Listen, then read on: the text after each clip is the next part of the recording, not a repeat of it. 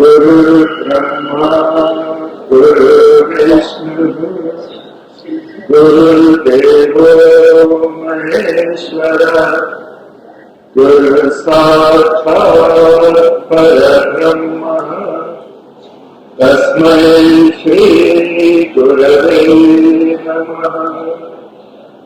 अखण्डमण्डलाकारम् व्याप्तं येन चराचरम् यत्पदं दर्शितं येन तस्मै श्री गुरवे नमः। आयातु वरदा देवी अक्षरे ब्रह्मवादिनी गायत्रीं छन्दसां माता ब्रह्मयोनिर्नमोऽस्तुते। ॐ भूर्भुवस्सुवः तत्सवितुर्वरेण्यम् भर्गो देवस्य धीमहि धियो यो नः प्रचोदयात्। ॐ भूर्भुवस्सुवः तत्सवितुर्वरेण्यम् भर्गो देवस्य धीमहि धियो यो नः प्रचोदयात्। ॐ भूर्भुवस्सुवः तत्सवितुर्वरेण्यम् भर्गो देवस्य धीमहि धियो यो नः प्रचोदयात्। सर्वत्र नमस्कारं।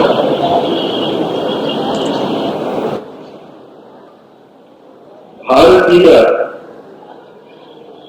ఋషి పరంపర మొత్తము కూడా మూడింటి మీద ఆధారపడి ఉన్నది అని నిన్న మనం మాట్లాడుకోవటం మొదలెట్టాము. ఆ మూడు ఏంటి అంటే, మొదటిది శ్వాస,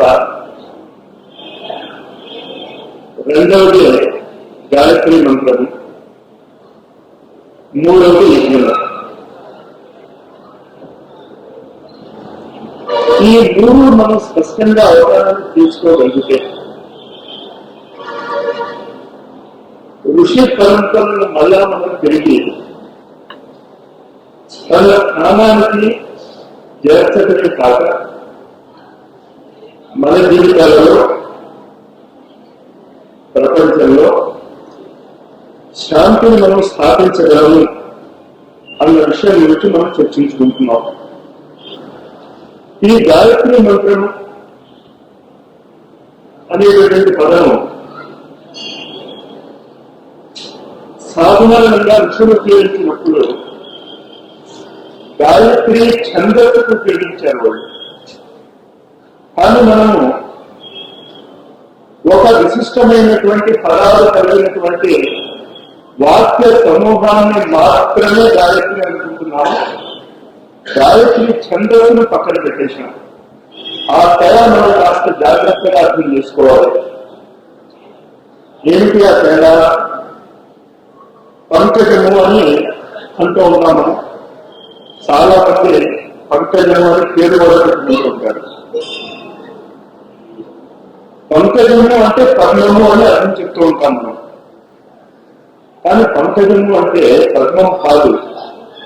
పద్మము అనే అర్థం కూడా అందులో ఉంది. కానీ పంకజము అనే పదానికి అసలు అర్థం ఏమిటి అంటే పంకములో పుట్టినది, మట్టిలో పుట్టినది. అంతేగా మట్టిలో పుట్టినది అనేటటువంటి విశాలమైనటువంటి అర్థాన్ని తీసుకొచ్చి కేవలము పద్మము అనేటటువంటి పదానికి మనం ఉపయోగిస్తున్నాం. అదేవిధంగా ప్రకృతిలో ఉండేటటువంటి గాయత్రి ఛందస్సుని మనం వదిలేసి కేవలం ఒక వాక్య నిర్మాణానికి ఓం భూర్భువస్వః తత్సవితుర్వరేణ్యం భర్గో దేవస్య ధీమహి ధియో యోనః ప్రచోదయాత్ అనేటటువంటి ఈ వాక్య సమూహానికి మనము గాయత్రి మంత్రము అనే అర్థాన్ని ఇష్టపెడుతున్నాం. మనం ఇది కూడా గాయత్రి మంత్రమే, కానీ ఇది మాత్రమే గాయత్రి మంత్రము కాదు అన్న తేడా మనం చాలా జాగ్రత్తగా గమనించుకుంటే కానీ గాయత్రి మంత్రానికి ఇవ్వబడినటువంటి 3 అద్భుతమైనటువంటి విశేషణాలు ఉన్నాయి. ఆ 3 అద్భుతమైనటువంటి విశేషణాలను అర్థం చేసుకోవాలి అంటే గాయత్రి ఛందస్సుని మనం అర్థం చేసుకోవాలి, గాయత్రి మంత్రంలో ఉన్నటువంటి శబ్దాలను కాదు. ముందు గాయత్రి మంత్రానికి ఉన్నటువంటి ఆ విశేషణాల గురించి చెప్తాను నేను. వేదమాత,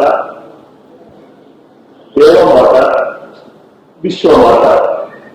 గాయత్రి మంత్రానికి మన ఋషులు ఇచ్చినటువంటి విశేషణాలు. వేదాలు ఎక్కడి నుంచి ఉద్భవించాయో, వేదాలకు తల్లి అయినటువంటి దేవమాత, దేవతలందరూ ఎక్కడి నుంచి ఉత్పత్తి అయ్యారో అక్కడ విశ్వమాత. ఈ సర్వము ప్రపంచము అంతా ఏ శక్తి అయితే ఆవరించి ఉన్నదో ఆ శక్తి. ఇది నేను అన్నారు శ్రీకృష్ణుడు భగవద్గీతలో. ఓం భూర్భువస్వః ప్రచోదయాత్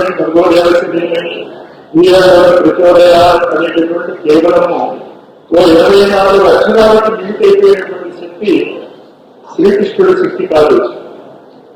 వేదాలన్నీ ఎక్కడి నుంచి ఉద్భవించాయో, దేవతా శక్తులన్నీ ఎక్కడి నుంచి ఉద్భవించాయో, అంతేకాక ఈ సంపూర్ణ విశ్వము ఎక్కడి నుంచి ఉద్భవించి ఉన్నదో ఆ గాయత్రి ఛందస్సును నీవు అన్నారు.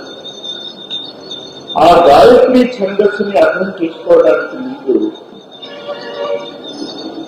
ఈ గాయత్రి ఛందస్సు ఎక్కడి నుంచి ఉద్భవించిందో ఆ శబ్దం గురించి మనం కొంచెం ఆలోచిద్దాం. సృష్టి కాదు, గాయత్రి మంత్రమే కాదు, అసలు ఈ సంపూర్ణ వ్యక్త అవ్యక్త జగత్తు అంతా కూడా ఒకే శబ్దం నుంచి ఉద్భవించింది అని శాస్త్రాలు చెప్తున్నాయి. ఓం అనేటువంటి శబ్దం నుంచి ఈ సంపూర్ణ సృష్టి అంతా కూడా ఆవిర్భవించింది అని చెప్పుకుంటూ ఉంటాం. డిసెంబర్ 7వ తారీఖున హిందూలో ఒక ఆర్టికల్ పడింది. నిన్న కూడా నేను దీని గురించి చెప్పాను. కానీ గాయత్రి మంత్ర పరంగా వరల్డ్ హెల్త్ ఆర్గనైజేషన్ బోస్టన్ అమెరికాలో ఒక మెడికల్ ప్రొఫెసర్ ఈ స్టేట్మెంట్ ఇచ్చాడు. నేను చెప్పబోయేది ఏంటంటే స్టేట్మెంట్ ఏమని చెప్పాడు? డిసెంబర్ 5వ తారీఖున హిందూలో పడింది ఆ స్టేట్మెంట్. మీరు చూసుకోవచ్చు, చాలా విస్తృతంగా పడింది. ఎయిడ్స్ వ్యాధి నివారణ కొరకు అని రాశాడు. తర్వాత 7 మతాలను రాశాడు అక్కడ పేపర్. బోస్టన్ యూనివర్సిటీలో మెడికల్ కాలేజీ ప్రొఫెసర్ ఒక మెడికల్ సెమినార్ విషయాలు ఓపెన్ డిస్క్లోజ్ చేశాడు. అది ఇంకో పేపర్లో వచ్చాడు. ఎయిడ్స్ వ్యాధి నివారణకు అనేటటువంటి శబ్ద ప్రభావము చాలా సత్ఫలితాలను ఇచ్చుకున్నది. అక్కడతో ఆగలేదు ఆయన. ఇంకా ఏం చెప్పాడు ఆయన? ఇన్ఫర్టిలిటీ, పిల్లలు పుట్టకపోతే ఇంకా ఈ దంపతులకు పిల్లలు పుట్టరు అని డాక్టర్స్ నిర్ధారణ చేసినటువంటి 100 మంది దంపతులు ఉంటే ఓం అనేటటువంటి శబ్దాలను ఉచ్చారణ చేసినటువంటి వాళ్ళకి 40% మందికి 6 నెలల లోపల సత్ఫలితాలు కనిపించాయి. అంతేకాదు అక్కడ రాసింది పేపర్లో, మేము అనేక మెడికల్ ఇన్స్టిట్యూట్స్ రన్ చేస్తున్నాము. ఎల్లోపతి వైద్య విధానంలో మందులకి ఎంత ఎక్కువ ఖర్చు అవుతుందో మాకందరికీ అనుభవం. విదేశాలలో మనకి ఎంత ఖర్చు అవుతుందో దానికి 20-30 రెట్లు ఎక్కువ ఖర్చు అవుతుంది మెడికల్ బిల్స్. అక్కడ కాస్ట్ అది. అంటే మా స్నేహితులు అమెరికా నుంచి వచ్చినప్పుడు ఇక్కడ నుంచి యాంటీబయాటిక్స్ 300-500 టాబ్లెట్లు కొనుక్కెళ్తారు. అక్కడ కాస్ట్ ఇక్కడ కంటే 15 రెట్లు ఎక్కువ. అది చెప్పాడు. ఆయన ఏమని చెప్పాడు, ఓం అనేటటువంటి శబ్దాన్ని కనుక మా హాస్పిటల్స్ లో ఉచ్చారణ చేయించినప్పుడు మెడికల్ బిల్స్ 36% తగ్గింది. కేవలము ఓం అనేటువంటి శబ్దము ఋషులు చెప్పింది మనం వినకపోతే ఆధునిక శాస్త్రజ్ఞులు వైద్య విద్యలో పారంగతులైనటువంటి వాళ్ళు చెప్పినటువంటి మాటలు రీసెంట్ గా ఈ నెల డిసెంబర్ లోనే ఇందులో బోస్టన్ లో జరిగింది ఈ సెమినార్. ఈ ఓంకారం యొక్క వివేచనే గాయత్రి మంత్రం. ఈ ఓంకారం యొక్క వివేచన మనం అర్థం చేసుకుని ఈ వేదమాత, దేవమాత, విశ్వమాత అనే పదాలను కనుక మనం అర్థం చేసుకుంటే ఆ గాయత్రి మంత్రమే మనకి 3 రకాలుగా ఉపయోగపడుతుంది అని సూచిస్తూ ఉంటారు. పరశులేది అని ఒకటి, కల్పవృక్షము అని ఇంకోటి, కామధేనుము అని ఇంకోటి. 3 పదాలు మనం చాలా తరచుగా వాడుతూ ఉంటాం. పరశులేది అంటే ఇనువుని కనుక దానితో ముట్టిస్తే, పరశులేదితో ముట్టిస్తే ఇనువు బంగారంగా మారిపోతుంది అని. కల్పవృక్షం, ఆ చెట్టు మీద కూర్చుని మీరు ఏదైనా ఆలోచిస్తే ఆ కోరికలు సఫలం అవుతాయి, తక్షణమే అవి ఫలితాలు ఇస్తాయి. కామధేను, ఈ పదాలు మనకి చాలా వాయువులు ఉన్నాయి. కానీ ఋషులు చెప్పే మాట ఏంటి అంటే, దేన్ని అయితే మనం పరశులేది అంటున్నాము, దేన్ని అయితే మనం కల్పవృక్షము అంటున్నాము, దేన్ని అయితే మనం కామధేను అంటున్నాము, అది ఈ గాయత్రి మంత్రమే. ఈ గాయత్రి మంత్రానికి అంత విస్తృతమైనటువంటి ఫలితాలు, లాభాలు చెప్పబడ్డాయి మన వేద సంస్కృతిలో. ఎందుకు చెప్పబడ్డాయి? ఆ చెప్పడానికి వెనకాల ఆధునిక విజ్ఞాన పరంగా మనకి ఈనాడు తెలుసున్నటువంటి శాస్త్ర విజ్ఞాన పరంగా ఏమైనా నిరూపణలు, ఏమైనా ప్రూఫ్స్, సాక్ష్యాలను సంపాదించగలమా అంటే అనేక సాక్ష్యాలు సంపాదించబడుతున్న ఈ కాలంలో. ఒకటి కాదు, 2 కాదు, మనం గ్రంథాలు రాయొచ్చు గాయత్రి మంత్రుల యొక్క సత్ఫలితాల గురించి. ఆ గ్రంథాలు రాసే ముందు మన భారతదేశంలోనే జరిగినటువంటి కొన్ని సంఘటనలు చెప్తాను. కాశీలో నేను చిన్నప్పుడు ఉంటున్నప్పుడు మా తాతగారితో పాటు ఒక వ్యక్తి దగ్గరికి వెళ్తూ ఉండేవాడు. నేను అప్పుడు నాకు 8 ఏళ్ళు 9 ఏళ్ళు.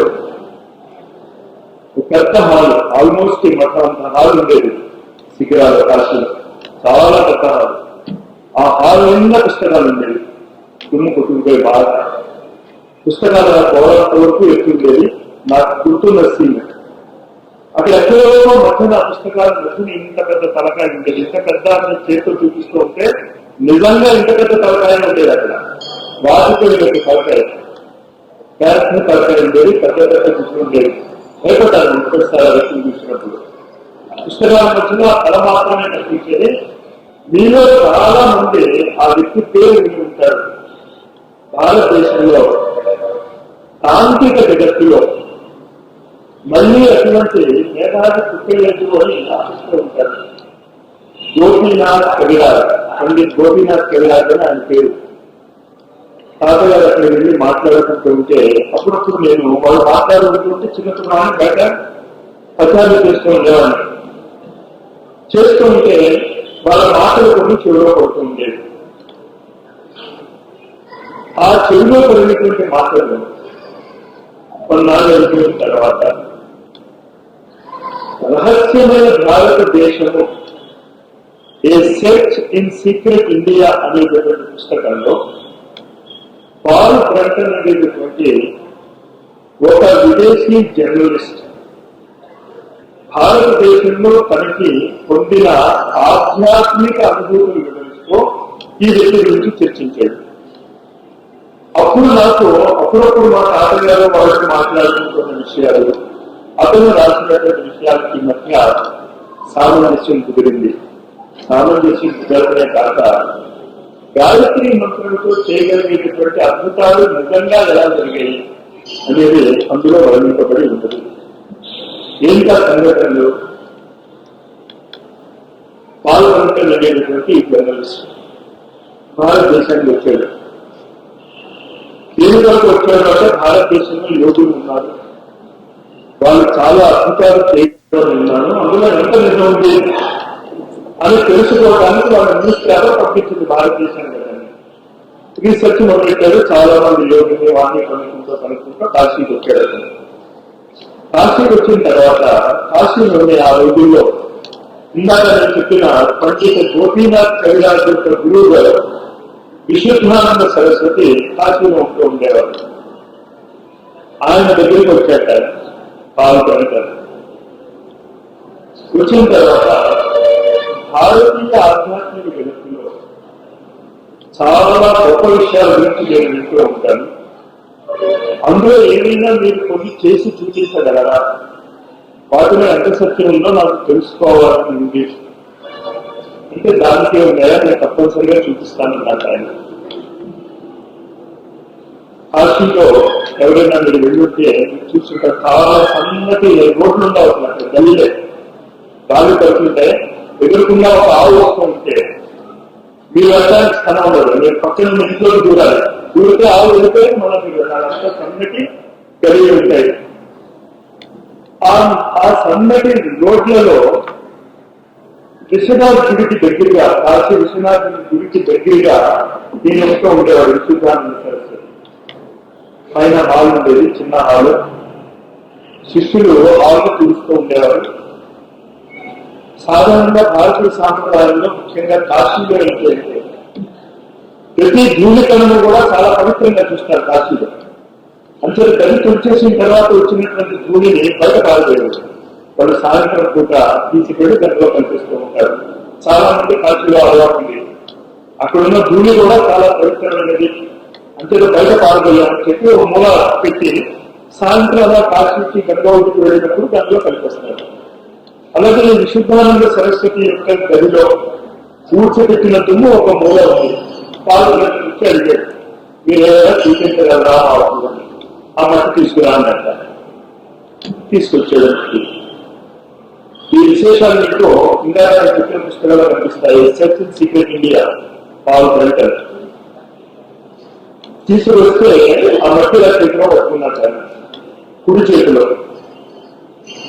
ఎడమ చేతిలో ఒక మ్యాగ్నిఫైయింగ్ గ్లాస్, మామూలు భూతకాంతాన్ని సూర్యకిరణాలను ఏకత్రితం చేయడానికి ఆ లెన్స్ పట్టుకుని ఇలా పెట్టేస్తాను.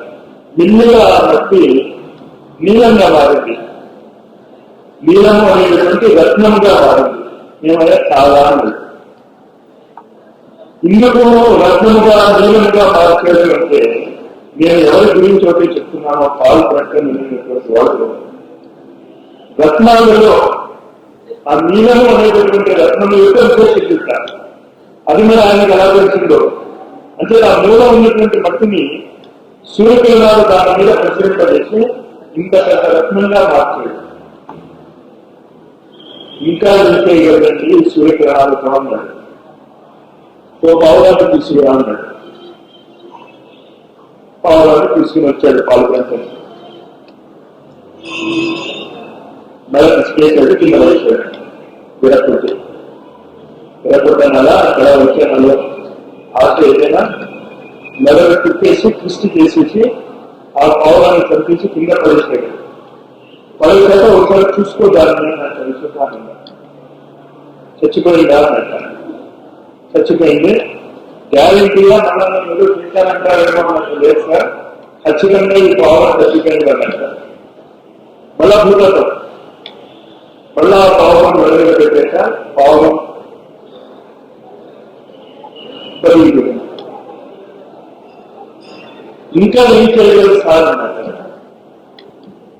ఇంకా ఇంకేమంటారా, మట్టిని మాణిక్యంగా మార్చాను, రత్నాలుగా మార్చాను, చనిపోయినటువంటి జంతువుని బతికించాను, ఇంకా ఏం కావాలంటారా, లేదండి ఇంకా ఏదైనా ఉంటే చెప్పండి అన్నట్ట. ఒక మీ జేబులు మాలు తీయన్నట్ట, తీసుకుంటానంట. జేబులు మాలు తీసాడు. తీసిన తర్వాత తీసేయమంటామన్నట్ట. ఇంకా భారతదేశంలో లేనటువంటి, ఇంగ్లాండ్ లోనే మాత్రమే చూసేటటువంటి ఒక పుష్పం గురించి పేరు చెప్పి, ఆ పుష్పపు యొక్క సువాసన అత్తలో దీని మీద మీరు తీసుకురాగలరా అన్నట్ట. ఇంకేనా అన్నట్ట. మళ్ళా భూతత్వం, మళ్ళా సూర్యుడున్నాడు, ఆ మూల పెట్టాడు, ఆ వాసన వచ్చింది. అలాగా ఆ 4 కార్నర్స్, జేబుల్ మాల్ యొక్క 4 కార్నర్స్ లో 4 రకాలైనటువంటి భారతదేశంలో లభించినటువంటి పుష్పాల యొక్క సువాసన విశుద్ధానంద సరస్వతి తీసుకొచ్చి నాకు చూపించాడు. అది 10 ఏళ్ళ తర్వాత కూడా నా జేబులో ఎప్పటికీ ఉంది, నా ఇంట్లో ఆ వాసన అలాగే ఉన్నాయి, చూపించలేదు అనే search and secret discovery India గురించి రాస్తాడు. సూర్యకిరణం, ఏ సూర్యకిరణాల గురించి అయితే ఇప్పుడు మనం మాట్లాడుకోబోతున్నాము, ఏ సూర్యకిరణాల గురించి గాయత్రి మంత్రం చెప్పబోతుందో, అది ఏ విధంగా పనికొస్తుందో చేసుకోగలిగేటువంటి వ్యక్తులు అప్పుడే కాదు, తర్వాత కూడా ఉన్నారు. మీలో చాలా మంది వినుండొచ్చు. ఇప్పుడు నేను చెప్పబడినటువంటి వ్యక్తి పేరు నర్మదా నది ఒడ్డున 1840 ఆ ప్రాంతాల్లో ఆయన తిరుగుతూ ఉండేవాడు. నర్మదా నది ఒడ్డున ఇసుకలో మామూలుగా తిరుగుతూ ఉండేవాడు. పక్కన ఎక్కువగా ఉండేది కాదు. మనం ఉంటే ఒక కోచి ఉండేది, ఉంటే లేకపోతే అది ఉండేది కాదు. ఒక అవధూత లాంటి వ్యక్తి ఆయన ఆ నర్మదా నది ఒడ్డున తిరుగుతూ ఉంటే, మా అమ్మాయిని పెళ్లి చేయలేకుండా ఉన్నాను, మాకు చాలా డబ్బులు కట్టగట్ట స్థితిలో ఉన్నాయంటే విసుగ తీసేవాట. విసుగ తీసి ఇలా చేతిలోకి వచ్చేవాట. బంగారు గంటలుగా మారిపోయేది. పెళ్లిళ్ళు జరిగేది. కొన్ని సంవత్సరాలు అలా జరిగింది. ఆయన శరీరం వదిలేసాడు. అక్కడ ఉన్నటువంటి బ్రిటిష్ సైనికులు, అక్కడ ఉన్నటువంటి బ్రిటిష్ అధికారులు సమాధి కట్టించారని. సమాధి కట్టం చేసి శరీరాన్ని అందులో పూడ్చి పెట్టేసిన తర్వాత ఓ 3 రోజులు 4 రోజులు అయిన తర్వాత పక్క గ్రామంలో చూపించాలి. అదే వ్యక్తి మళ్ళా అదే రూపము మొదలు, స్వామి ఏం కావాలయ్యా, ఇదిగో మట్టి తీసేవాడే, అంతకంటే ఇచ్చేది లేదు అక్కడ. అటువంటిప్పుడు నర్మదా నది ఒడ్డులో ఒక గురువు గారి ఆశ్రమం చేస్తారు. సడన్ గా ఆయన ఆశ్రమానికి ఎక్కడి నుంచో వ్యాధి వేసుకుని 700 మంది దాకా భక్తులు వచ్చారు. సార్ గురువు గారు దాదాగా పడిపోయారు. 700 మంది భక్తులకు సడన్ గా అప్పటికప్పుడు మేము భోజనం ఎలా పెడతామని చెప్పి ఈయన ఎక్కడున్నారో రకంగా పంపించాడు. నర్మదా నది ఒడ్డున ఆయన అక్కడెక్కడ పడుకున్నాడు మామూలుగా కాలు పాలుగాతుంది. ఆ గురువు శిష్యులు వచ్చి, మహాత్మా ఇది మా గురువు గారి పరిస్థితి, మీరు ఏదైనా ఒడ్డులో పడేయకపోతే మేము చాలా ఇబ్బందిలో పడతాము అన్నారు. ఏంటన్నారు, ఇది అన్నారు. అంటే ఇలా గుంట తీసేట్టు నర్మదా నది ఒడ్డున అందులో దొరుకుతాయి మీకు కావాల్సిన ఆహార సాధనం కనుక. చివరి మనిషి భోజనం చేశాక అక్కడ ఆహారం ఊడడం ఆగిపోతుంది. అంతవరకు ఇష్టం భోజనం పెట్టుకోవడం అంటే తన దాని పోయారు. ఇలా గుంట నుంచి కావాల్సినంతా తీసుకుంటూ 720 మందికో ఎంతమందికో ఆ రోజు భోజనం పెట్టాను అని రాస్తారు. కొన్నాళ్ళు అలా తెలిసింది. మళ్ళా శరీరం వదిలిపోయాక మళ్ళా ఆయనకి సమాధి పెట్టారు. మళ్ళా ఆయన సమాధి పెట్టిన తర్వాత 5 రోజుల తర్వాత మళ్ళా అనుకూలంగా ప్రత్యక్షం ఆయన ఆ నర్మదా నది ఒడ్డునే. మీకు అర్థమైంది మీ బాధకి ఎవరికి చెప్తున్నాను నేను. కొంతమంది అది ఆ నర్మదా పుష్కరంలో ఏదో కాలం, కొంతమంది వ్యక్తులు వచ్చాక వారు పూజ చేసుకున్న తర్వాత వాళ్ళ ఆచారం ఏంటి అంటే అక్కడ హల్వా పెట్టడం ఆచారం ప్రసాదంగా. ఇక్కడ మనం ఏ విధంగా సత్యనారాయణ ప్రసాదం తయారు చేసుకుంటూ ఉంటామో ఎక్కువగా అక్కడ ఆ నర్మదా నది ఒడ్డున జరిగేటువంటి ఆచారం ఏంటి అంటే హల్వా తయారు చేసుకుంటూ ఉంటారు. ఆ సామాన్లు తెచ్చేవాడు లేట్ అయ్యాడు, ఏదో అయ్యాడు, ఇక్కడ పూజ అయిపోయింది, ప్రసాదానికి హల్వా కావాలి. మళ్ళా నేను దొరికేది వెళ్ళారు దగ్గరికి. అంతే కదా, నర్మదా దగ్గర నుంచి నీళ్లు తీసుకురండి అనంట. ఆ ఇచ్చడం తప్పు నా నీళ్ళల్లో పోసి సైన్స్ అంటే అర్థం ఏంటి? చేసి చూడండి. మీకు ఫలితాలు వస్తేనే శాస్త్రము అంటాం, ఫలితాలు రాకపోతే దాన్ని శాస్త్రము అనడం. యోగ శాస్త్రే, ఇది యోగం యొక్క శాస్త్రము. ఈ శాస్త్రాన్ని మీరు అర్థం చేసుకోండి అని చెప్తే మేము పారాయణ మాత్రమే చేస్తాము అంటం వల్ల వచ్చినటువంటి ప్రమాదం జరిగింది. ఏమి చెప్పబడింది? ఈ యోగ విద్యలు ఇప్పుడు నేను చెప్పినంతా కూడా మనం అందరం కూడా చేయాలని ఖచ్చితంగా మనకు కూడా కోరుకుంటుంది. కానీ ఏ శాస్త్రాన్ని నేర్చుకోవాలి అంటే శ్రమ పడాలి. ఇప్పుడే కూర్చుని నేను కళ్ళు మూసేసుకుని నేనేమి చేయను వచ్చేయాలి అంటే అంత సులభంగా యోగ విద్య రాదు. భగవద్గీతలోనే 4వ అధ్యాయంలో ఈ జ్ఞానం గురించి చెప్తుంది. నిజమైనటువంటి యోగ విద్య ప్రపంచంలో ఒక్కడి దగ్గరే దొరుకుతుంది. ఇంకా ప్రతి చోటకి మీరు అనవసరంగా కండి. భగవద్గీత ప్రమాణంగా చెప్తుంది. కేవలం చెప్తున్నాడు, ఇమం వివస్వతే యోగం ప్రోక్తవాన్. ఈ యోగాన్ని, యోగ విద్యను మొట్టమొదటి నేను సూర్యుడిని చెప్పాను. ఈ సూర్యుడికి చెప్పినటువంటి ఈ యోగ విద్యను సకాలైన మాట యోగం తప్ప కాలగర్భంలో ఈ యోగ విద్య నాశనం అయిపోయింది. ఈ యోగ విద్యను మళ్ళా పైకి తీసుకురావాలంటే ఎక్కడి నుంచి తీసుకొస్తారు? మీరు గాయత్రి ఛందస్సు ద్వారా మాత్రమే మీరు చేయగలరు. గాయత్రి ఛందస్సుని నేను ఎవరినైతే సూర్యుడికి యోగ విద్యను నేర్పానో, ఇమం వివస్వతే యోగం, ఈ యోగ విద్యను ఎక్కడైతే నేను మొట్టమొదటి నేర్పానో సకాలైన మాట యోగం తప్ప ఏ యోగము అయితే నాశనం అయిపోయిందో ఆ యోగము మళ్ళా పునరుద్ధరించాలి.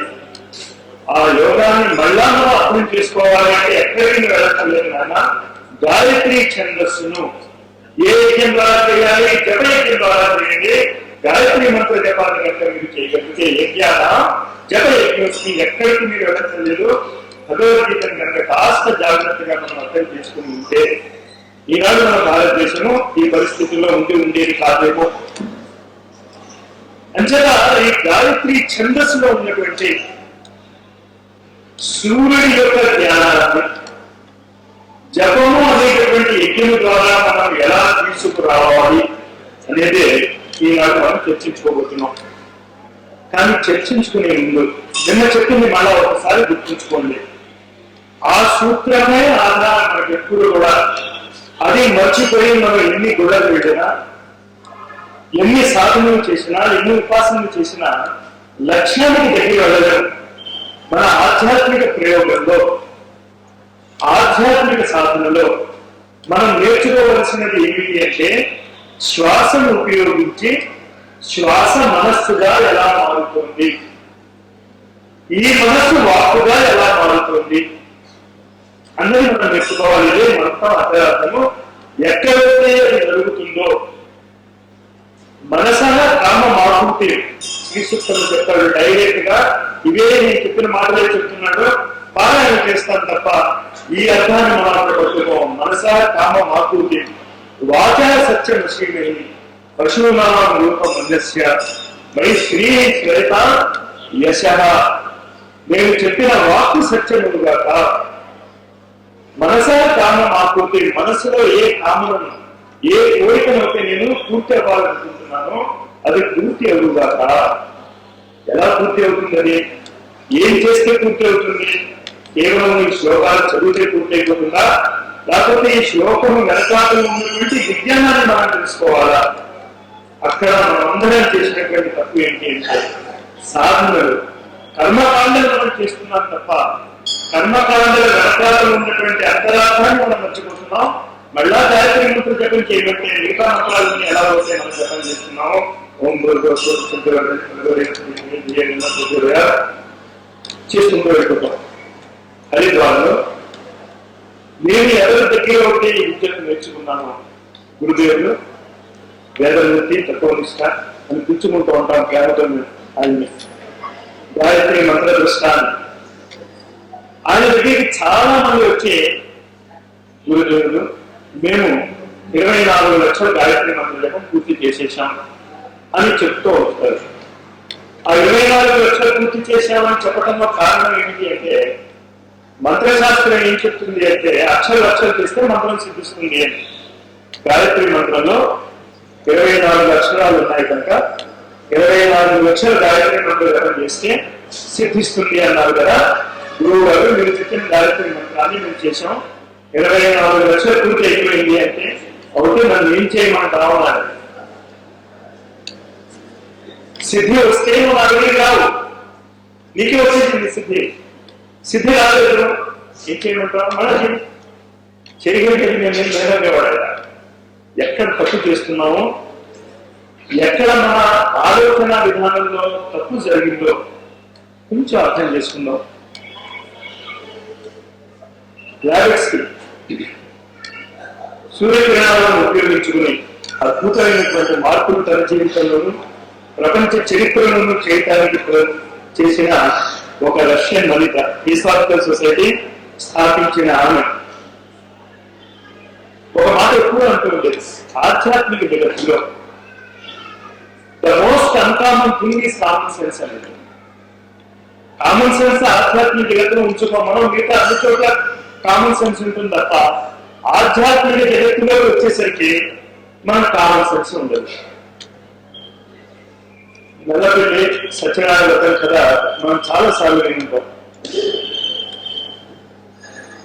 హైదరాబాద్ కొత్తగా ఒక కుటుంబము ఏదో నుంచి వచ్చారు, ట్రాన్స్ఫర్ అయ్యి వాళ్ళు సత్యనారాయణ వ్రతం చేసుకుందాం అనుకున్నారు. ఒక పూర్ణిమ నాడు సత్యనారాయణ వ్రతం చేసుకోవాలి అని చెప్పుకుని హైదరాబాద్ లో ఎవరు చేయిస్తారో అని వెతుక్కుంటే ఎవరు ఫలానా ఆయన చాలా బాగా వ్రతం చేయిస్తారండి, చాలా బాగా చేయిస్తారని మీరు ఆయన పిలవండి అంటే ఆయన పిలుచుకున్నారు. ఫలానా పూర్ణిమ నాడు రండి సార్, మేము సత్యనారాయణ వ్రతం చేయించాలి.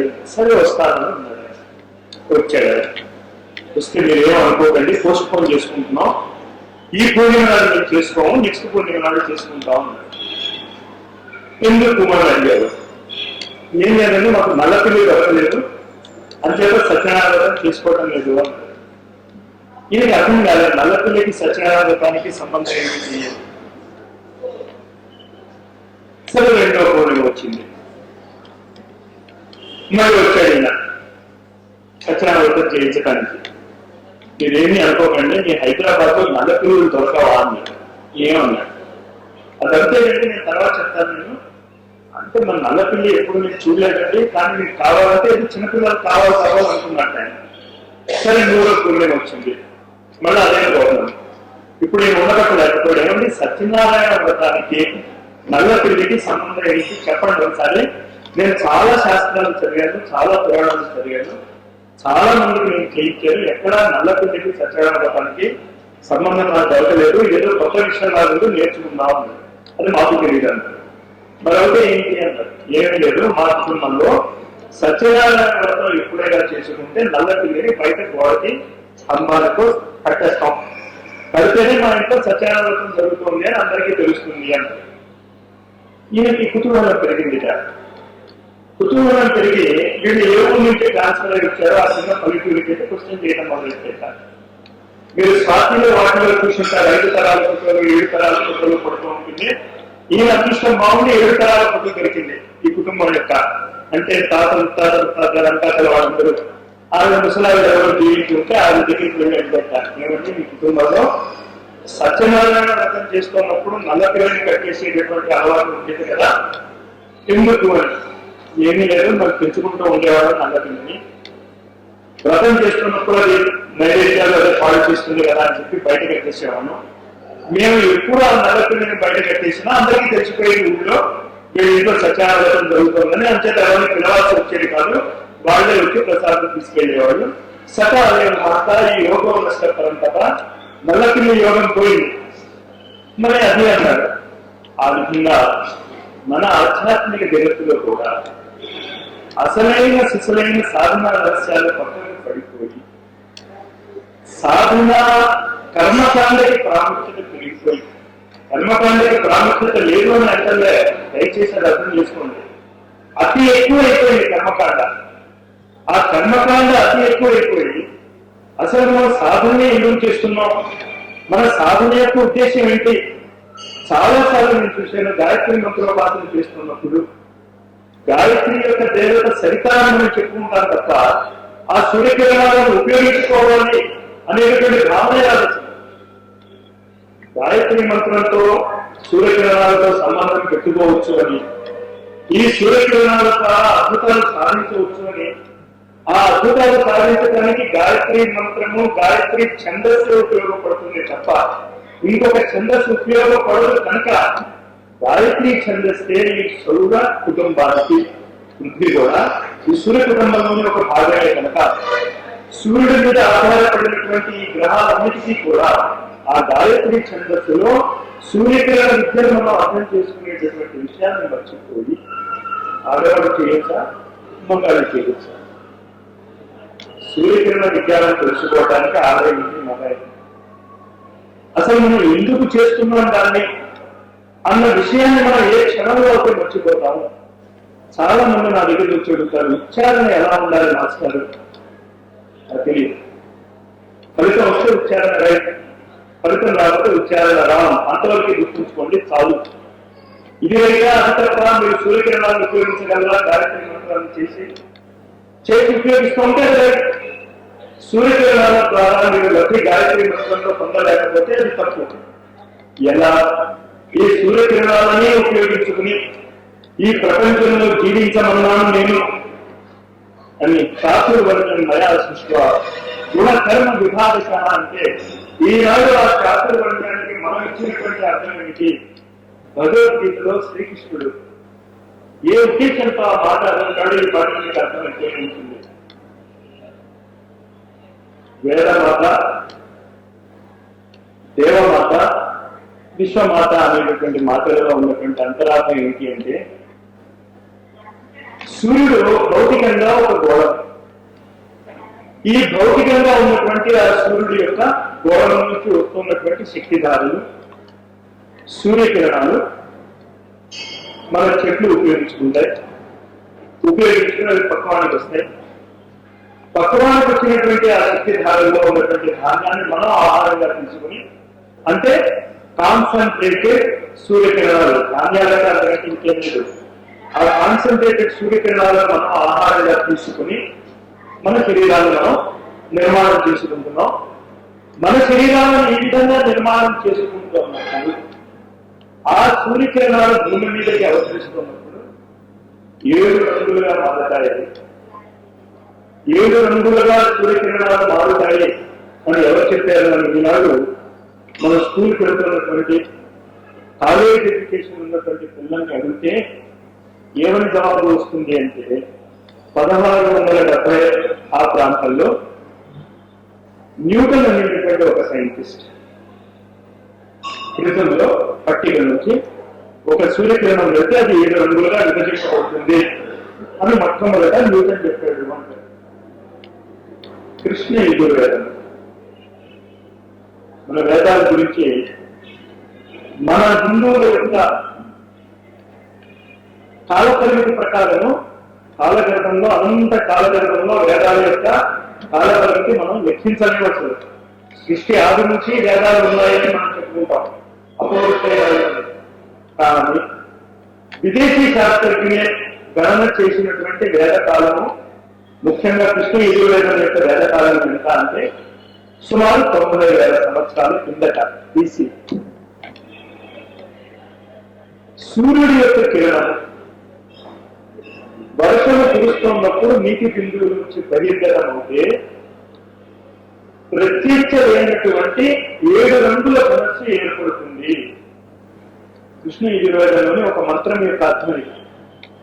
నీటి బిందువుల నుంచి సూర్యకిరణము బహిర్గతమవుతే ప్రత్యక్షమైనటువంటి అంటే ధారణ లేనటువంటి 7 రంగుల ఇంద్రధనస్సు ఏర్పడుతుంది. ఈ 7 రంగులు కూడా 7 మహాపాపాలను 7 మహావ్యాధులను నివారిస్తాయి కనుక వీటికి ఆ రంగు పేర్లు ఇవ్వబడ్డాయి అని 90,000 సంవత్సరాల కింద కృష్ణ యజుర్వేదంలో ఉన్నటువంటి ఒక లైన్. మనం ఏమని చెప్పుకుంటున్నాం? స్పెక్ట్రమ్ 7 రంగులు మాత్రమే పట్టిక నుంచి వస్తాయని చెప్పినటువంటి వ్యక్తిని మనం గుర్తుంచుకుంటున్నాం తప్ప వచ్చినటువంటి ఆ రంగులు గుణ కర్మ విభాగశాల 7 రకాలైనటువంటి మహాపాపాలను 7 రకాలైనటువంటి వ్యాధులను నాశనం చేస్తుంది. దాన్ని బట్టి దానికి ఆ పేరు పెట్టాము అన్న సంగతి మర్చిపోతున్నాం. అథర్వవేదంలో హృదయ నివారణ సూత్రము, హృదయ రోగ నివారణ సూత్రము అనే ఒక సూత్రం ఉంది. ఎందుకు ఇది చెప్తున్నాను అంటే ఈ వేదాలన్నీ కూడా సూర్యకిరణ విజ్ఞానమే, సూర్యకిరణాల గురించి చెప్పబడి ఉంది. మనం దాన్ని గమనించము. మనం చదవకుండా అనే మీమాంసలోనే పడతాం తప్ప ఆ సూర్యకిరణాలను ఎలా ఉపయోగించుకోవాలో చెప్పినటువంటి ఆ అద్భుతమైనటువంటి విజ్ఞానాన్ని మూల పడేసి అసలు దాన్ని బయటికి తీయటానికే ప్రయత్నం చేయడం లేదు. వేదమాత అనే గాయత్రి మంత్రంలో ఉన్నటువంటి లక్షణానికి దగ్గరికి వస్తున్నారు. అథర్వవేదంలో బ్లడ్ ప్రెషర్, హార్ట్ ట్రబుల్ తగ్గించడానికి సూర్యకిరణాన్ని ఎలా ఉపయోగించుకోవాలో చెప్పబడింది 6వ కాండలో. దాని పేరే హృద్రోగ నివారణ సూత్రం. అక్కడ మన వేద ఋషుల యొక్క ప్రతిభ ఎంత గొప్పగా మనకి అర్థమవుతుంది. ఏమని రాశారంటే అక్కడ సూర్యుడిలోకి వస్తున్నటువంటి లోహిత కిరణాలు, ఎరుపు రంగు కిరణాలను ఉపయోగించుకోండి. ఈ ఎరుపు రంగు కిరణాలను ఉపయోగించుకునేటప్పుడు పక్కన ఈ కిరణముల ద్వారా మీ రోగంలోని అంశములు బహిర్గతమైనప్పుడు ఆ అంశములు మళ్ళా ప్రకృతిలో వ్యాపించకుండా మళ్ళా మీకు తిరిగి ఆ హృదయ రోగము రాకుండా ఉండటానికి శుకము అంటే రామచరణని పెట్టుకోండి. పసుపు రంగు వాళ్ళని ఎర్ర ముక్కు ఉంటుంది కదా, దాన్ని పక్కన పెట్టుకోండి. ఎందుకు అంటే లలితా సహస్రనామంలో కూడా రామచిలక ఉంటుంది. మనం ఏం పట్టించుకోవాల్సింది, మనం వాడు అర్థం చేసుకుంటే ఋషులకు ఏం తెలుసు అని మన ఉద్దేశం. రామచిలక ఎందుకు పక్కన పెట్టుకోమన్నాడో వివరణ ఇస్తాడు అక్కడ. ఏ విధంగా అయితే మనిషి యొక్క బలము ధాన్యానికి బలము చేకూరుస్తుందో, ఒకటి విషము ఇంకోటి ఆహారం ప్రకృతిలో, మనకి హృద్రోగము కలగజేసినటువంటి ఆ విష కణాలు సూర్యుడి నుంచి వస్తున్నటువంటి ఆ ఎదురు కిరణాల వల్ల విస్తారితం అయిపోతాయి, బయటకు వస్తాయి. మనకు కనిపించకపోయినా అదృష్టంగా పక్కనే కనుక సుఖము ఉంటే, పక్కనే కనుక రామచిలక ఉంటే అది ఆహారంగా తీసుకుని ఇది దానికి బలం చేకూరుస్తుంది.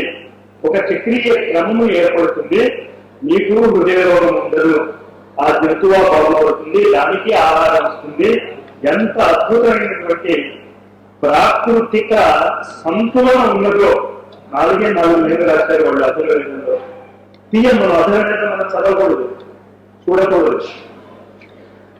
వేదమాత వేదాలలో చెప్పినటువంటి జ్ఞానం యొక్క విషయాన్ని అర్థం చేసుకోవడానికి గాయత్రి ఛందస్సు పనిచేస్తుంది. గాయత్రి మంత్ర ఉపాసన లేని వారికి, గాయత్రి మంత్ర ఉపాసన లేని వాళ్ళకి వేదాలు అర్థం కావు, దేవతా సాక్షాత్కారం జరగదు, విశ్వంలోని రహస్యాలు అర్థం కాదు అని ఎందుకు చెప్పబడింది అంటే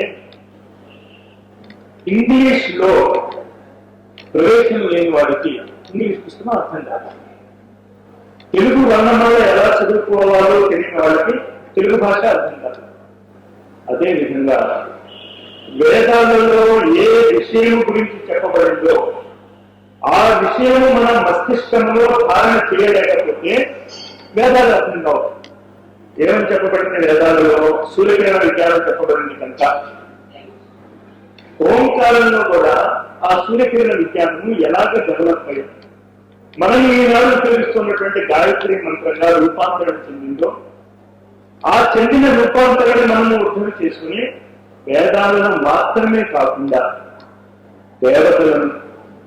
దేవతలను మాత్రమే కాకుండా ఈ సంపూర్ణ సృష్టిని మనం ఎలా అర్థం చేసుకోవాలో మళ్ళా గాయత్రి మంత్రంలో చెప్పబడింది. వేదాల భాషలో ఉన్నటువంటి అద్భుతమైనటువంటి విశేషం ఏంటంటే ప్రశ్నకి జవాబు ప్రశ్నలోనే ఉంటుంది వేదాలలో. ఈ సూత్రం కూడా కాస్త జాగ్రత్తగా అర్థం చేసుకోండి. వేదాలను చదవాలి అనుకుంటే నిజంగా ఈ గురువు అక్కర్లే.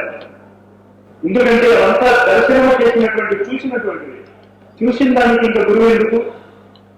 కానీ ఆ దర్శనము చేసుకునే విధానం ఎలాగా? వేదాలలో చెప్పబడినటువంటి ఆ మంత్రాలను దర్శనం చేసుకునేటటువంటి విధానం ఎలాగా అంటే ఆధునిక విజ్ఞానానికి, వేదాలలో చెప్పబడినటువంటి విజ్ఞానానికి మధ్య ఉన్నటువంటి గ్రడేషన్, ఒక స్టెప్ తర్వాత ఒక స్టెప్, ఒక స్టెప్ తర్వాత ఒక స్టెప్. ఆధునిక విజ్ఞానము వేద విజ్ఞానం దగ్గరికి ఎలా వెళ్తుందో మనం అర్థం చేసుకుంటే ప్రశ్నలోనే జవాబు ఉన్నది అనే దానికి కొంత అవగాహన అవుతుంది మనకి. సైన్స్ లెక్చరర్ గా నేను మా స్టూడెంట్స్ కి ఎప్పుడు చెప్తూనే ఉంటాను, దయచేసి మనము సత్యం తెలిసిన వాళ్ళము అని చెప్పకండి. సైంటిస్ట్కి సత్యం తెలియదు, సత్యాన్వేషకులు మాత్రమే. సత్యం వేపుకు వెళ్తున్నాం, ధైర్యంగా ఒప్పుకున్నాం ఆ మాట. 1803లో కెమిస్ట్రీ లెక్చరర్ కనుక నేను ఆ ఉదాహరణ ఇవ్వగలను. మీరు కావాల్సి వస్తే మీ సబ్జెక్ట్ లో రకరకాల ఉదాహరణలు మీరు సేకరించుకోవచ్చు. కెమిస్ట్రీ లెక్చరర్ గా నేను చెప్పే పాఠాలలోనే నేనేం చెప్తాను అంటే, 1803లో డాల్టన్ అనేటువంటి ఒక సైంటిస్ట్ వచ్చాడు. అతను పరమాణువు విభజింపలేము అని చెప్పాడు. మళ్ళా నేనే చెప్తాను 2వ క్లాసులో, నేనే అది తప్పు, పరమాణువు విభజింపబడుతుంది. మళ్ళా కొన్నాళ్ళు పైన చెప్తాను నేను, అది కూడా తప్పే. ఎలక్ట్రాన్ అనేది ఉందా లేదా అనేదే మాకు అనుమానం. డీప్ డబ్ల్యూఎస్ థియరీ, ఎలక్ట్రాన్ తరంగమా ఎలక్ట్రాన్ కణమా ఈ కాలం సైంటిస్ట్ తెలియదు. మాకు తెలియదని ఒప్పుకుంటున్నాను. ఒకసారి కణంలాగా ప్రవర్తిస్తుంది, ఒకసారి అది తరంగంలాగా ప్రవర్తిస్తుంది. ఇంతకీ కణమా తరంగమా తెలియదు. కానీ ఒకటి మాత్రం తెలుసు, ఇవాళ నేను చెప్పిందే ఎవరో తప్పు అంటాడు. అది మాత్రం నాకు తెలుసు.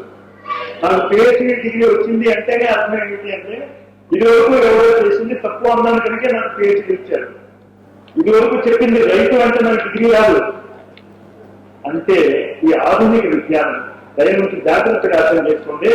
వేదమాత గాయత్రికి ఆధునిక విజ్ఞానానికి మధ్య ఎంత ఎడ్డిస్ ఉందో, ఎంత లోతులు ఉన్నాయో, ఒక అగాధమే. ఇక్కడి నుంచి అక్కడికి జంప్ చేయాలి అంటే ఆధునిక విజ్ఞానంలో, ఆధునిక విజ్ఞానం చదువుతున్నటువంటి వ్యక్తులలో ఒక అహంకారం ఉంది.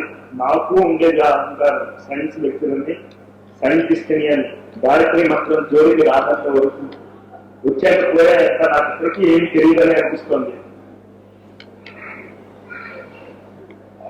ఒక అబద్ధం నుంచి ఒక అబద్ధం, ఇది తప్పు అంటే ఇది తప్పు, ఇది తప్పు అంటే ఇది తప్పు, ఇది తప్పు అంటే ఇది తప్పు వెళ్ళేటువంటి విజ్ఞానం ఎంతవరకు మీరు నమ్ముతారు? కామన్ సెన్స్ ఉన్నవాళ్ళు ఎవరైనా నమ్ముతారు? ఇవాళ చెప్పింది ఖచ్చితంగా ఇది తప్పంటాం మనం. సైన్స్ లో మీరు చూసుకోండి, ఏ పుస్తకమైనా తీసుకోండి, మీరు ఫిజిక్స్ తీసుకోండి, అస్ట్రానమీ తీసుకోండి, జియాలజీ తీసుకోండి, జువాలజీ, మీ ఇష్టం ఏదైనా తీసుకోండి, మీరు పుస్తకాలు తీస్తూ ఉండండి. ఈ సిద్ధాంతం తప్పు, దాని తర్వాత ఈ సిద్ధాంతం వచ్చింది, ఈ సిద్ధాంతం తప్పు, దీని తర్వాత ఈ సిద్ధాంతం వచ్చింది అని చెప్తాం సైన్స్ లో. ఫ్రమ్ వన్ రాంగ్ స్టెప్ నేటి వచ్చిన నిగమా చెప్పారు చాలా స్పష్టంగా. ఏదైనా నువ్వు విజ్ఞానం జోలికి వెళ్తే జాగ్రత్త, నేటి వచ్చిన ఇదే మిగులుతుంది. ఇది కాదు, ఇది కాదు, ఇది కాదు అనే మిగులుతుంది తప్ప మీకు అసలైన మీకు మిగలదు. మరి అసలైన మాకు దొరకాలి అంటే మేము ఏం చేయాలి? చాలా బాధితమైనటువంటి సత్యం. పురాతన కాలంలో కూడా అది సత్యమై ఉండాలి, ఈనాడు అది సత్యమై ఉండాలి, ఈనాడు దాని అప్లికేషన్ కరెక్ట్ గా ఉండాలి. రేపు ఫ్యూచర్ లో జరగబోయేటటువంటి కాలంలో కూడా అది మారకూడదు. శాశ్వతమైనటువంటి, నిత్య నూతనమైనటువంటి, అతి పురాతనమైనటువంటి విషయాలు ఏ కేంద్రం నుంచి అయితే వస్తున్నాయో ఆ కేంద్రాన్ని కనుక మనం పట్టుకోగలిగితే అతి సనాతన, నిత్య, చిర, చాలా నూతనంగా ఉండేటటువంటి శక్తి స్రోతస్సు ఏదైనా ఉన్నదా, ఎనర్జీ సెంటర్ ఏదైనా ఉన్నదా అంటే ఎక్కడికి వెళ్తాం? మళ్ళా మనం ఆ సూర్యుడి దగ్గరికి వెళ్తాం. 1980లో ఆ సూర్యుడే ఉదయించాడు, 1970లో ఆ సూర్యుడే ఉదయించాడు, ఈ కలియుగాంతం ప్రారంభంలో ఆ సూర్యుడే ఉదయించాడు, కలియుగాంతం మధ్య ఉన్నటువంటి లయకాలాన్ని తీసేసి ద్వాపరయుగానికి పోతే ఆ సూర్యుడే ఉదయించాడు. ప్రతిరోజు ఆ సూర్యుడే ఉదయిస్తాడు, ప్రతిరోజు ఆ సూర్యుడు కొత్తగానే కనిపిస్తాడు మనకి. రేపు రాబోయే తరంలో మన ముని మనోళ్ళకి కూడా సూర్యుడు కొత్తగానే కనిపిస్తాడు, కానీ అతను మారుడు శాశ్వతమైనటువంటి సనాతనమైనటువంటి అత్యద్భుతమైనటువంటి ఆ శక్తి కేంద్రం, ఎప్పుడు మారినటువంటి ఆ శక్తి కేంద్రం యొక్క రహస్యాన్ని మనం పట్టుకోవాలి అంటే, ఆ విషయాన్ని అర్థం చేసుకోవాలి అంటే మనం ఏం చేయాలి, ఏ విధంగా మనం చేస్తే ఆ సూర్యుడి యొక్క శక్తిని, ఆ సూర్యుడి యొక్క సామర్థ్యాన్ని మనం పట్టుకోగలగాలి అంటే, మళ్ళా ఋషులు ఎంత లోతుగా మానవ జీవితం గురించి అవగాహన పెంచుకున్నారో చూస్తే,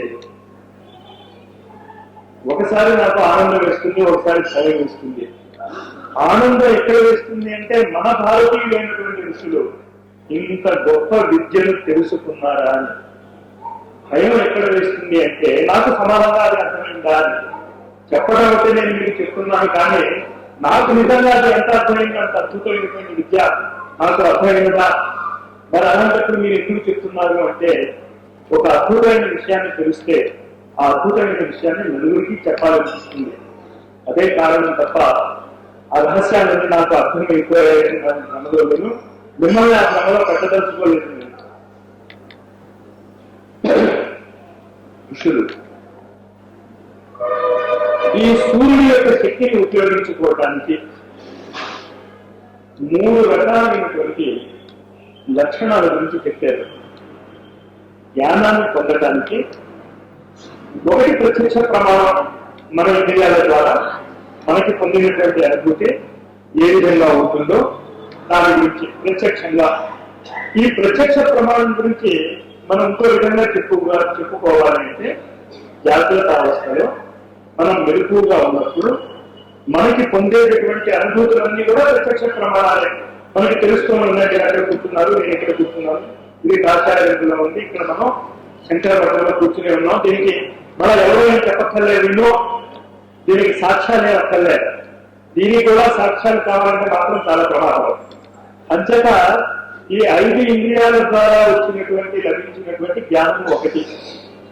రెండోది ఏంటంటే అనుమాన ప్రమాణం. అనుమాన ప్రమాణంలో కూడా ఈ 5 ఇంద్రియాలను ఉపయోగిస్తాం.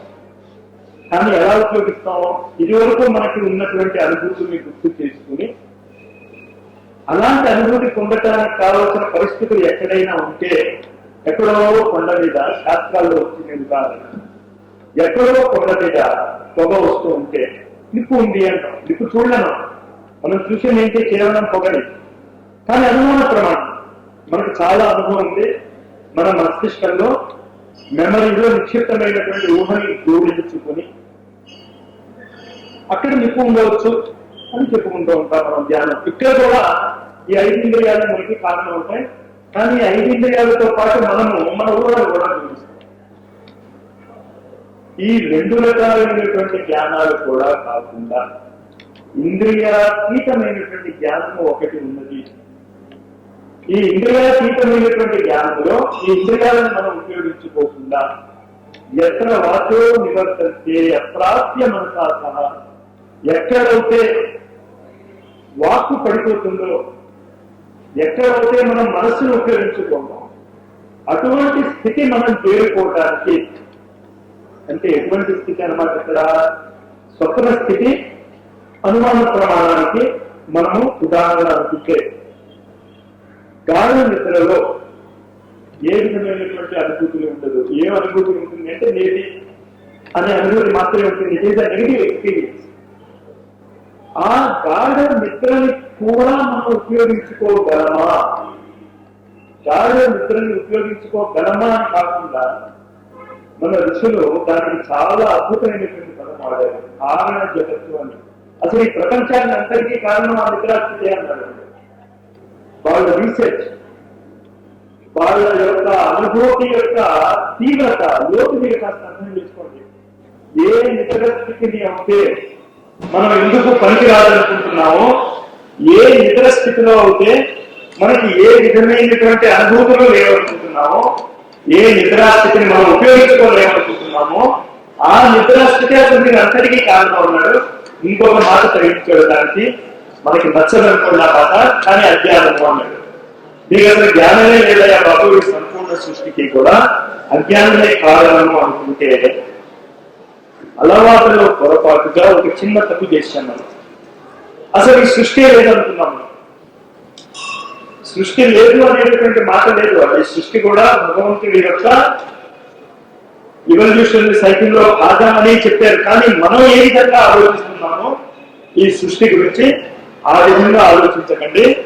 అందువల్ల దయచేసి మీరు కనుక సృష్టి రహస్యాలను అర్థం చేసుకోవాలి అనుకుంటే, సూర్యకిరణ విజ్ఞానం మనం అర్థం చేసుకోవాలి అనుకుంటే ఒక్క శబ్దాన్ని చాలా జాగ్రత్తగా పట్టుకోండి. ఓం అనేటువంటి శబ్దాన్ని పట్టుకోండి. కానీ ఓం అనేటువంటి శబ్దాన్ని పట్టుకోకండి. శబ్దాన్ని పట్టుకుంటే మళ్ళీ అక్కడే ఆగిపోతాం, ఆ శబ్దం దగ్గరే ఆగిపోతాం. పాతంజలి యోగ శాస్త్రంలో తస్య వాచక ప్రణవ అన్నాడు. ప్రణవము ద్వారా అది నిర్దేశింపబడుతుందన్నాడు.